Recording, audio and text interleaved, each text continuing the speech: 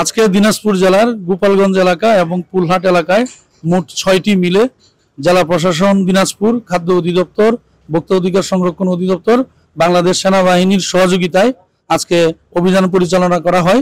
বর্তমানে বোরো খাদ্যশস্য সংগ্রহ মৌসুম চলছে। দিনাজপুর জেলায় প্রায় 25 থেকে 30টি অটোমেটিক মিল তাদের যে চুক্তিকৃত চাল তারা গুদামে সরবরাহ করছে না।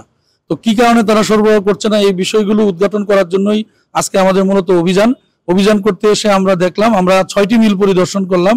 6টি মিল অভিযান চালিয়ে আমরা দেখলাম যে 5টি মিলের মধ্যেই প্রচুর পরিমাণ ধান মজুদ আছে এবং তারা নিয়মিত উৎপাদন কার্যক্রমে নিয়োজিত আছে। তারপরেও সরকারের সাথে যে চুক্তিকৃত চাল তা যথাসময়ে পরিশোধ করছে না।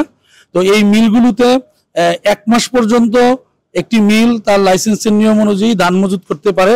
তো আমরা এই 6টা মিলের মধ্যে 5টা মিলেই পেলাম যে তারা 1 মাসের অধিক সময় ধরে অবৈধভাবে ধান মজুদ করেছে অতিরিক্ত মুনাফার আশায়, এবং অবৈধভাবে ধান মজুদ করে অতিরিক্ত মুনাফার করার কারণে এই 5টি মিলকে মোট 1,70,000 টাকা জরিমানা আদায় করা হয়েছে।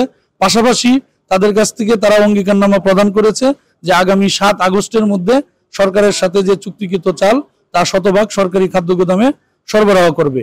আমরা মিল মালিকদের, দিনাজপুর জেলার মিল মালিকদের উদ্দেশ্যে বলতে চাই, সরকারের সাথে আপনারা যে চুক্তি করেছেন সেই শতভাগ পরিমাণ চাল আগামী 7 তারিখের মধ্যে সরকারি গুদামে জমা দিবেন। পাশাপাশি কোনো মিলে যেন অবৈধভাবে 1 মাসের অধিক সময় ধরে ধান মজুত না করা হয়। যদি কেউ এভাবে মজুত করে তাহলে আমরা আবারও অভিযান পরিচালনা করব। আমাদের এই অভিযান নিয়মিতভাবে চলবে। দৈনিক বাংলাদেশ মিডিয়া, সত্যের সন্ধানে সারাক্ষণ।